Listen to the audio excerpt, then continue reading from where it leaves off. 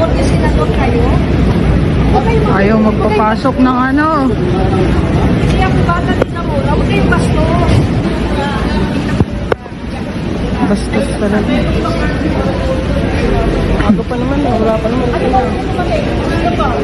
Kasi bukod sa sinisigawan ni Senator Jinggoy etong babaeng walang kalaban-laban mag-isa lang, kapuna-puna na yung bodyguard niya ay naglabas pa ng baril.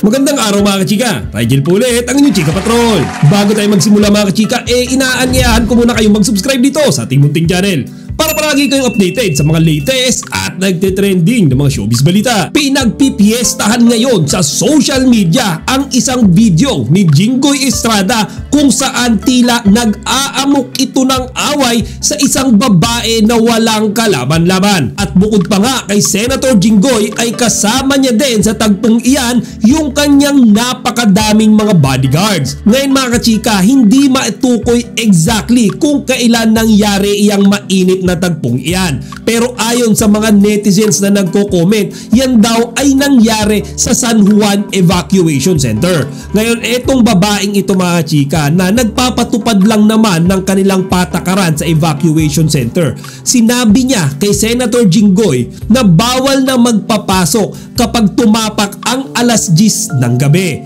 So mga chika, pag 10 PM kahit sino hindi na pwedeng pumasok dyan sa evacuation center. Pero itong si Senator Jinggoy dumating ng late. So beyond 10 PM.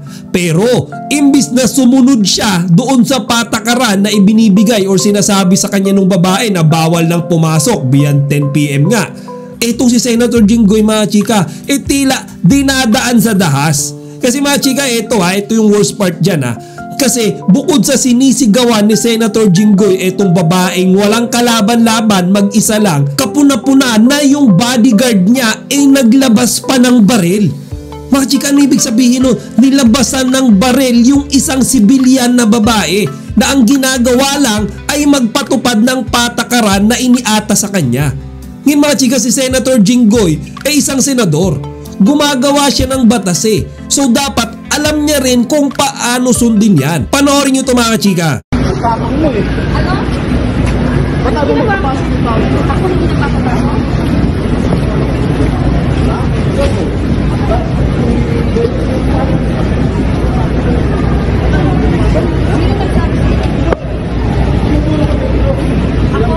Pabalik-balik, Sandali, kararating ang oras ng pumatay. Ano kanina pa? Sige, ano oras? dito na kayo. Ano oras? Huwag niyo akong inuoy. Bakit dito? Porque senador kayo? Ayaw magpapasok ng ano. Kaya ang bata din ako, huwag kayong bastos. Makipag-usap kayo ng maayos. Hindi po ganyan kayo, nasa taas kayo, ganyan kayo. Ano bang problema? Ayaw magpapasok Ganong black liquor yung kahapon pa na kasi. Pwede i-check nyo. Hindi kita pinagawa, nagsabi ka ng lete. Bastos talaga.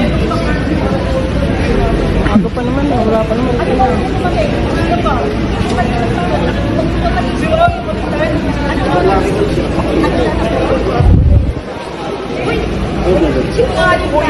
So ayan mga kachika, kitang-kita natin kung paano bulihin neto ni Senator Jinggoy at ng mga bodyguards niya etong pobreng babae. Pero yung nakakabilib dyan, yung babae hindi natitinag. Hindi perke senador kayo, hindi perke may baril kayo, bibigyan ko na kayo na special treatment, sabi ng babae.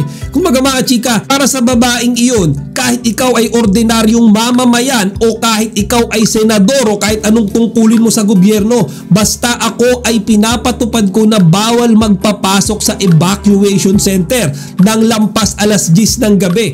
Period. Wala na akong pake kahit anong gawin mo. So mga chika, di ba nakakabilib yung babae? Kahit na namiligro yung sarili niyang buhay sa ginawa niyang pag-stood up kay Senator Jinggoy at sa mga bodyguards nito, mga chika, hindi siya umurong. Tinayuan niya.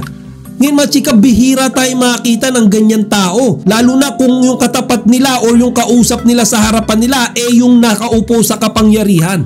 Ngayon para naman kay Senator Jinggoy, sana wag mo naman daanin sa posisyon mo. Wag mo daanin sa pangalan mo. Ngayon akala ko nga mga kachika, napipikon, umiinit lang ulo niya sa mga kriminal, sa mga lumalabag ng batas. Yun pala mga kachika, kahit sinong tao pala, basta pinalagan siya, basta hindi sinunod yung gusto niya, mga kachika, pinag-iinitan niya. Ultimo mga bodyguards niya hindi niya makontrol, di ba? At ngayon nga na sumabog yan sa social media mga kachika, binabatikos ng mga netizens si Senator Jinggoy dyan sa pangit na pag-uugaling iyan. Kasi kahit kailan pa yan, basta ang mali ay mali. At yung babaeng iyan mga kachika ay ginagawa lang naman yung kanyang trabaho. Pinapatupad niya lang naman yung iniata sa kanya. So yung best move or ideal move na ginawa dapat dyan ni Senator Jinggoy sumunod na lang siya doon sa sinasabi ng babae. Hindi niya na dapat dinaan sa dahas, sa pagsigaw, sa pananakot or yung mga bodyguards niya na naglalabas ng barel. Hindi ganon, dapat ikaw ay role model sa mga tao, sa mga mamamayan. Hindi yung ikaw pa yung magpapakita nung nakakatakot na behavior sa publiko para lamang masunod yung gusto mo.